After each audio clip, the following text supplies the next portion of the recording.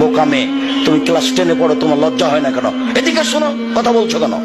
এদিকে শোনো, তুমি ক্লাস 10-এ পড়ো, যেদিন ক্লাস 8-এ উঠেছিলে সেদিন তোমার হাইট হয়েছিল, তোমার বিবাহে 2টা বাচ্চা হতো, তুমি 2 ছেলের মা, তোমার মাথায় কাপড় নেই মানে? বাপ বেটিকে লজ্জা বেঁচে খেয়েছ? জাতির ক্ষতি করে জান্নাত কেনার চেষ্টা করো না বাপ বেটি। শোনো, তোমাকে বলছি, তোমার বাপকে বলছি, আমার উপরে রাগ করলে কিছু আসে যায় না। আমি এই কথা বলিনি, আমি অনুবাদক মাত্র। মুহাম্মদ সাল্লাল্লাহু আলাইহি সাল্লাম আজ থেকে 1450 বছর পূর্বে তোমার বাপের কথা বলে গেছে। আমার বলার কি আছে এখানে? আমার রাগ করার কি আছে তোমার উপরে?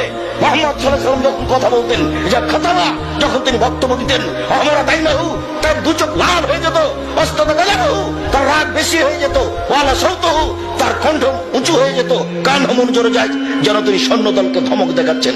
কণ্ঠস্বরে তিনি বক্তব্য করেননি। আমি আব্দুর রাজ্জাক বিন ইউসুফ 20 বছর থেকে বলে আসছে, কণ্ঠস্বরে বক্তব্য জায়েজ নাই। কোন মায়ের বেটা একটু বলে না কেন যে চলবে?